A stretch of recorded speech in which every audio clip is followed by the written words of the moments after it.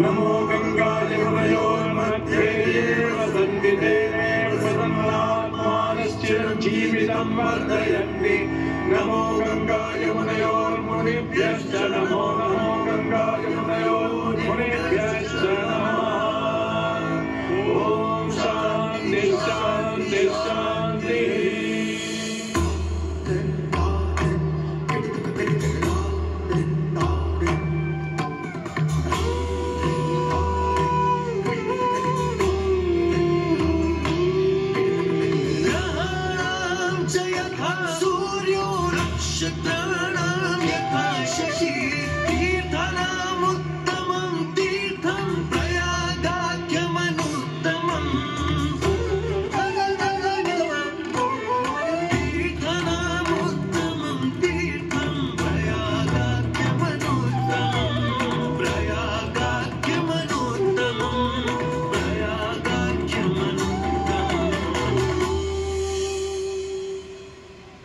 ग्रहों में श्रेष्ठ है और चंद्रमा नक्षत्रों में श्रेष्ठ है, उसी प्रकार प्रयाग सभी तीर्थों में सर्वश्रेष्ठ है।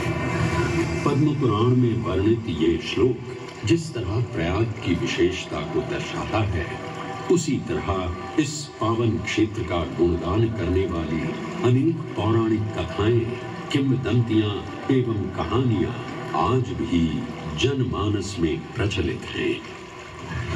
ऐसी ही एक पौराणिक कथा है जो भगवान ब्रह्मा को प्रयाग से जोड़ती है। मान्यताओं के अनुसार भगवान ब्रह्मा को यज्ञ करने हेतु एक दिव्य स्थान की आवश्यकता थी, जिसके चयन को लेकर वे बड़ी ही दुविधा में थे। अपनी दुविधा के निवारण हेतु भगवान ब्रह्मा नागों के देवता महाराज शेषनाग के यहाँ पहुंचे और उनसे कहा, हे आदिशेष, मैं यज्ञ करने हेतु इस सृष्टि में एक ऐसा स्थान ढूंढ रहा हूँ जो दिव्यता और पवित्रता की दृष्टि से सर्वोत्तम हो। क्या आप मुझे ऐसा कोई उपयुक्त स्थान बता सकते हैं जो सभी तीर्थों में सर्वश्रेष्ठ हो? जगत रचयिता को मेरा प्रणाम। भगवान, मैं धन्य हूं कि आपने मुझे इस योग्य समझा। क्यों ना आप स्वयं ही सभी पवित्र स्थानों का मूल्यांकन करें। ऐसा कीजिए, आप तुला के एक पलड़े पर सप्तपुरियों को रखिए और दूसरे पलड़े पर भगवान विष्णु के स्थायी निवास प्रयाग को रखिए, जिसका भार सबसे अधिक आए। मेरे विचार में वही सर्वश्रेष्ठ तीर्थ होगा। इस मूल्यांकन के परिणाम स्वरूप प्रयाग का पलड़ा ही भारी रहा। इस तरह प्रयाग की प्रधानता सिद्ध हुई और तभी से इसे तीर्थों का राजा कहा जाने लगा। आज भी ऐसी मान्यता है कि भगवान ब्रह्मा ने गंगा नदी के पश्चिमी तट पर 10 अश्वमेध यज्ञ संपन्न किए थे। आज उस स्थान को हम दशाश्वमेध घाट के नाम से जानते हैं।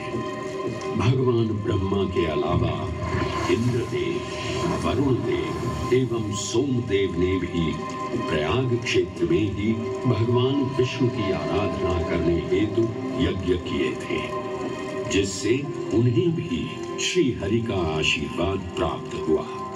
प्रयाग शब्द में प्र का अर्थ है प्रकृष्ट और याग का अर्थ होता है यज्ञ।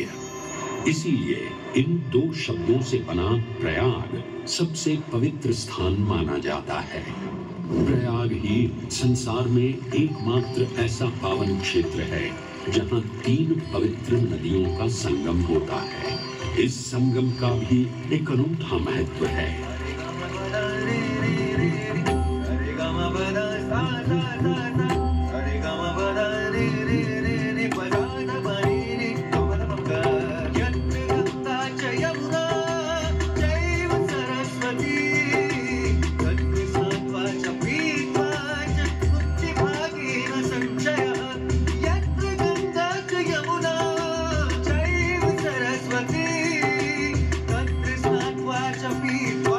मुक्ति भागीन संशय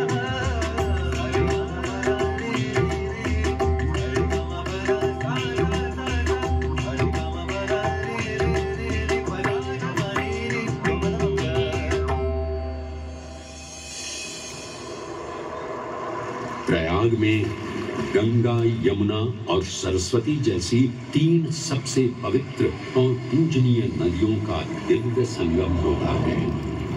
इन नदियों के संगम में स्नान करने एवं संगम का जल ग्रहण करने से मनुष्य मुक्ति का अधिकारी बन जाता है और इसमें किंचित भी संदेह नहीं है।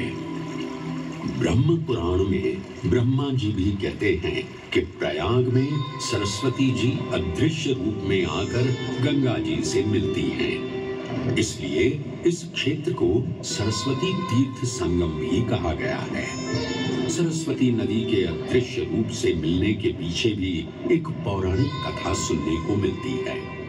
ऐसा माना जाता है कि बद्रीनाथ क्षेत्र की गुफाओं में जब वेद व्यास जी भगवान गणेश को महाभारत की कथा सुना रहे थे, तब उस क्षण सरस्वती जी हिम शिखरों से टकराते हुए अपना मार्ग बनाती हुई बड़ी ही तीव्र गति से बह रही थी।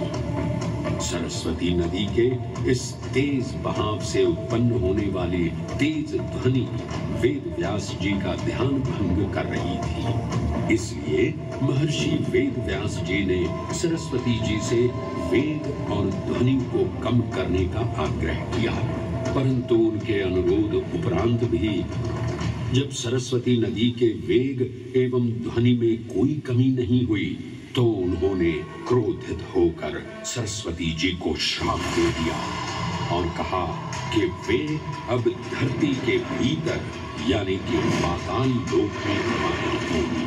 तब से ये माना जाता है कि हिम शिखरों से उद्गमित हुई सरस्वती नदी उत्तराखंड के माना गांव से आगे अपने अदृश्य रूप में प्रवाहित होती है। आगे चलकर यदि अदृश्य रूपी मां सरस्वती प्रयागराज में गंगा एवं यमुना नदी से मिलकर त्रिवेणी संगम को पूर्ण करती है। ये प्रयाग नगरी पवित्रता का उद्गम है, जिसके अंश हमें वेदों एवं पुराणों में भी मिलते हैं, जिनमें वर्णित है सुरों असुरों द्वारा हुआ समुद्र मंथन। अमृत प्राप्ति के लिए सुरों और असुरों ने एकजुट होकर क्षीर सागर का मंथन किया, जिसके संदर्भ में पुराणों में विभिन्न कथाएं देखने को मिलती हैं। उन्हीं कथाओं में एक कथा महर्षि दुर्वासा और इंद्रदेव से संबंधित है। इस कथा के अनुसार ऋषि दुर्वासा ने इंद्रदेव से प्रसन्न हो उन्हें पारिजात पुष्पों की एक दिव्य माला भेंट की, जिसे इंद्रदेव ने साधारण पुष्पों की माला समझ स्वयं धारण न कर उसे अपने वाहक गजराज ऐरावत के मस्तक पर रख दिया। पल भर में गजराज ने वो माला धरा पर गिरा उसे अपने पैरों तले रौंद दिया। ऋषि दुर्वासा से ये अपमान सहन न हुआ और उसी क्षण क्रोधित हो उन्होंने इंद्रदेव को श्राप दे दिया। हे अहंकारी इंद्र, तेरा इतना दुस्साहस कि तूने मेरा अपमान किया। जिस वैभव एवं शौर्य पर तू इतरा रहा है, क्षण भर में ही तेरा ये वैभव, प्रतिष्ठा, शक्तियां सब नष्ट हो जाएंगी। अत्रि पुत्र दुर्वासा समस्त देवगणों को श्रीहीन होने का श्राप देता हूं।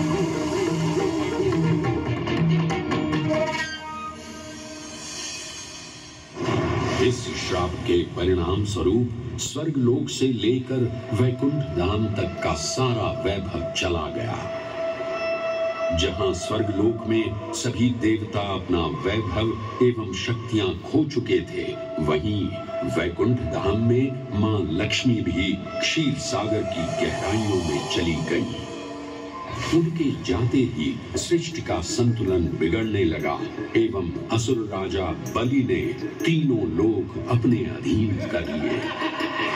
ये सब देखकर सभी देवतागण अपने श्राप के निवारण हेतु भगवान विष्णु की शरण में जा पहुंचे और कहने लगे, हे पालनहार, हे स्वामी, अब आप ही हमें इस श्राप से मुक्त होने का मार्ग बता सकते हैं, अन्यथा हम अपनी शक्तियों से सदैव वंचित ही रहेंगे और युद्ध में कभी भी असुरों का सामना नहीं कर पाएंगे। हे देवराज, ऋषि दुर्वासा के श्राप से सभी देवतागण जीवन मृत्यु के काल चक्र में बंध चुके हैं। इस काल चक्र एवं श्राप से मुक्त होने के लिए अब केवल एक ही मार्ग शेष है और वो है समुद्र मंथन। इस समुद्र मंथन से निकलने वाले रत्न ही आपके खोए हुए यश, वैभव और कीर्ति को पुनः स्थापित करेंगे। परंतु आपको इस मंथन के लिए असुरों के बल की भी आवश्यकता होगी, क्योंकि उनके बिना यह समुद्र मंथन संभव नहीं है। जैसी आपकी आज्ञा प्रभु। हम असुरों के साथ समुद्र मंथन करने के लिए तैयार हैं। देवताओं और असुरों ने एक मत होकर क्षीर सागर का मंथन करना स्वीकार किया। जहां मंदार पर्वत मथनी के रूप में आए तो वहीं वासुकी नाग को नेति की भूमिका मिली। भगवान विष्णु ने स्वयं कूर्म अवतार धारण कर मंदार पर्वत को उसका आधार प्रदान किया। क्षीर सागर को मथना शुरू किया गया और 14 रत्नों ने सबसे पहले हलाहल विष उत्पन्न हुआ। उस विष के प्रभाव को कोई भी देवता या असुर सहन करने में समर्थ नहीं थे। इस कालकूट विष से सृष्टि का विनाश हो सकता था। इसीलिए इस आपदा से बचाने स्वयं देवों के देव महादेव प्रकट हुए और उन्होंने इस विष का पान किया। ये सब देख मां पार्वती ने विष को भगवान शिव के कंठ तक ही रोक दिया। इस कालकूट विष के प्रभाव से महादेव का कंठ नीला पड़ गया और तभी से उन्हें नीलकंठ के नाम से भी जाना जाने लगा।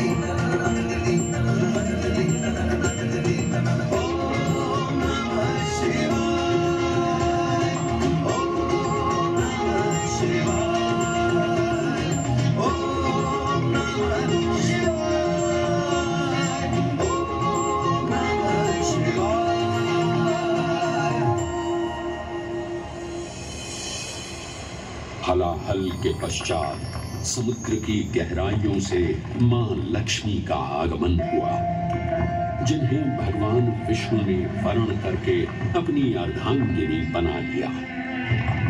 इसके पश्चात समुद्र मंथन से एक एक कर कामधेनु गाय, पारिजात वृक्ष, चंद्र, कल्प वृक्ष, अपार सुंदर अप्सराएं, गंधर्व, शंख, उच्चैःशवा, वारुण एवं कौस्तुभ मणि जैसे अनेक रत्न उत्पन्न हुए। लेकिन सभी को जिस रत्न की सबसे अधिक प्रतीक्षा थी, उस रत्न का निकलना अभी बाकी था।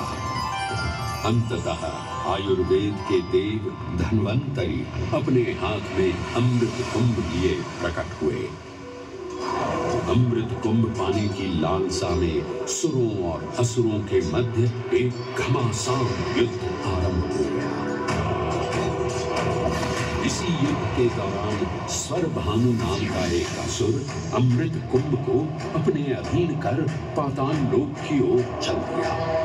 तब अमृत कलश को वापस पाने हेतु देवतागण अपने आराध्य भगवान विष्णु का स्मरण करने लगे। तदोपरांत भगवान विष्णु एक सुंदर अप्सरा मोहिनी का रूप धारण कर पाताल लोक पहुंचे, जिसे देख सभी असुर सम्मोहित होने लगे।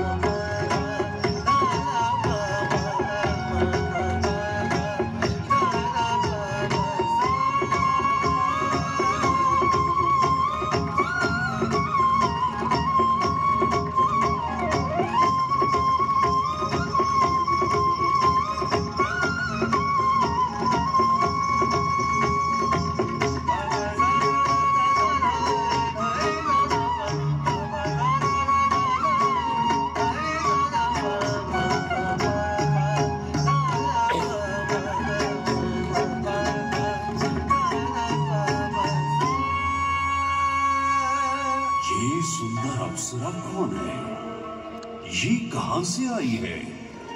इसने तो मेरा मन ही मोह लिया।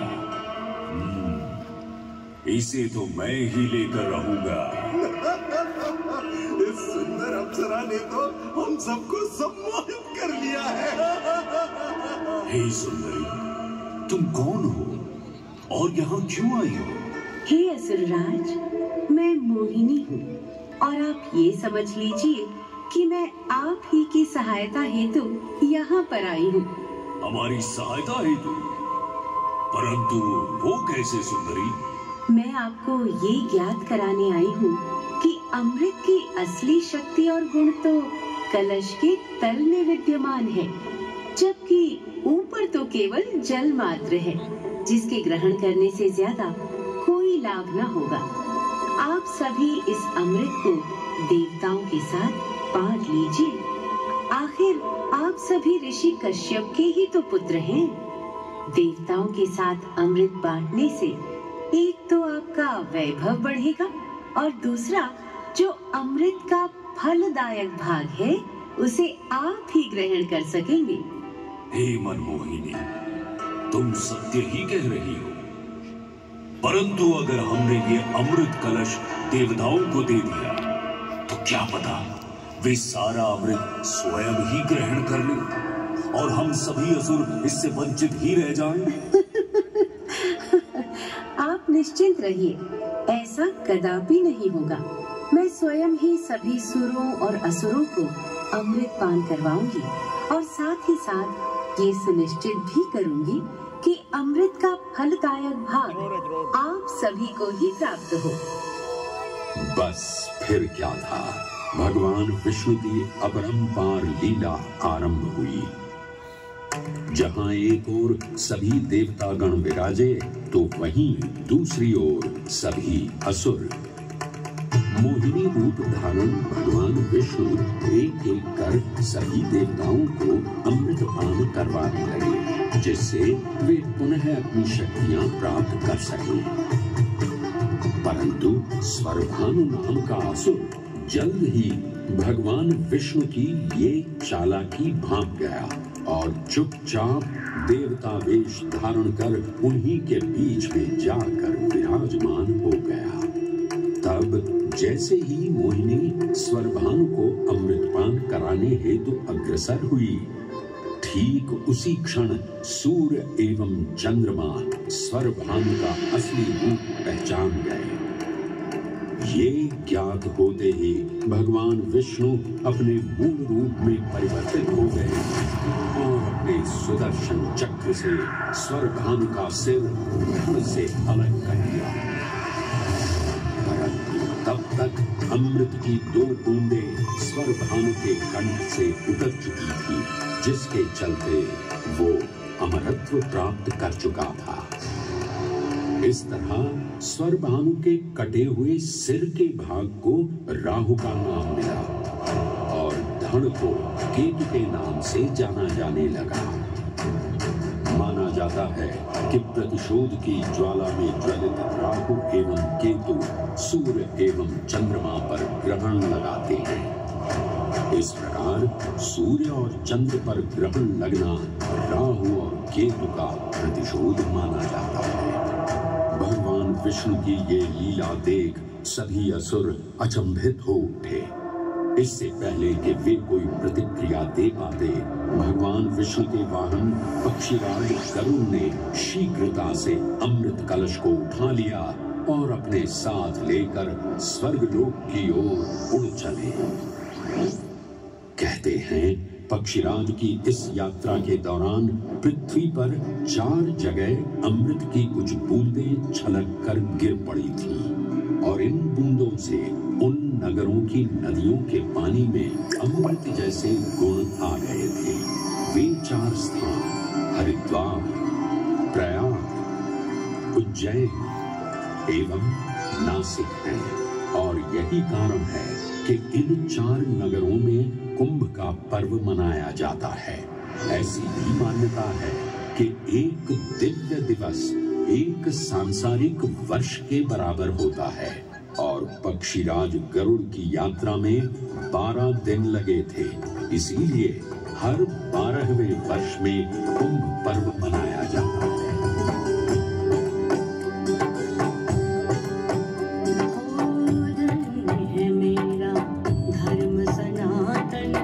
अमृत यहाँ